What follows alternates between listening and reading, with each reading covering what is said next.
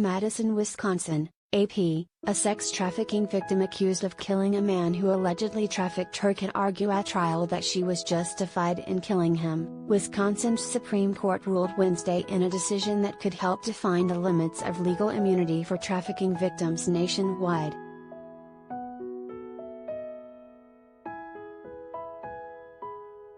Prosecutors say Chrystul Kizer traveled to Randall Volar's home in Kenosha in June 2018. Kizer, who was 17 at the time, shot him in the head, burned down the house and stole his BMW, according to court documents.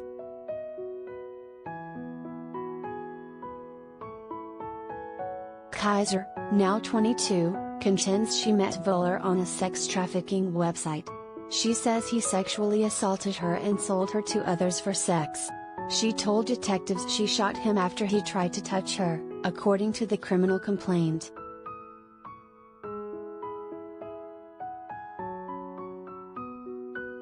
Her attorneys have argued that she's immune from prosecution under a 2008 state law that absolves sex trafficking victims of any offenses resulting from being trafficked.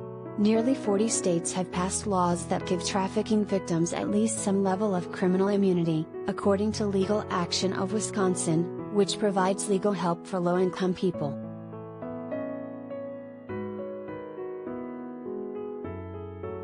They had planned to invoke the immunity law at her trial on charges that include arson and first-degree intentional homicide, but Kenosha County Circuit Judge David Wilk refused to allow it.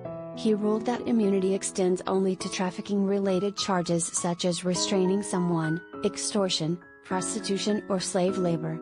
An appellate court ruled last year, however, that Kizer could argue that the law shields her from prosecution.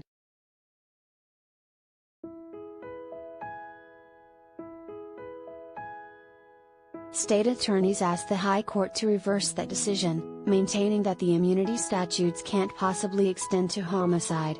First-degree intentional homicide carries a mandatory life sentence.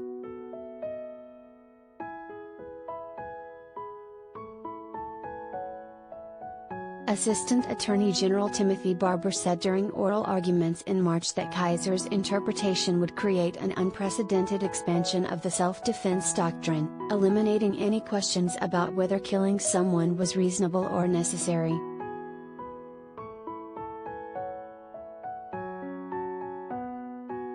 The Wisconsin Supreme Court decision isn't binding on other states but could inform attorney strategies in similar cases elsewhere in the country, legal experts say.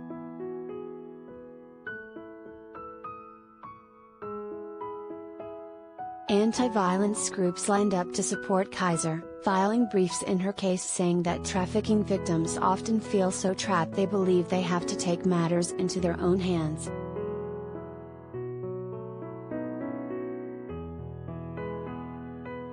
The Associated Press does not typically identify people who say they are sexual assault victims, but Kizer discussed her case in an interview from jail with the Washington Post that was published in 2019.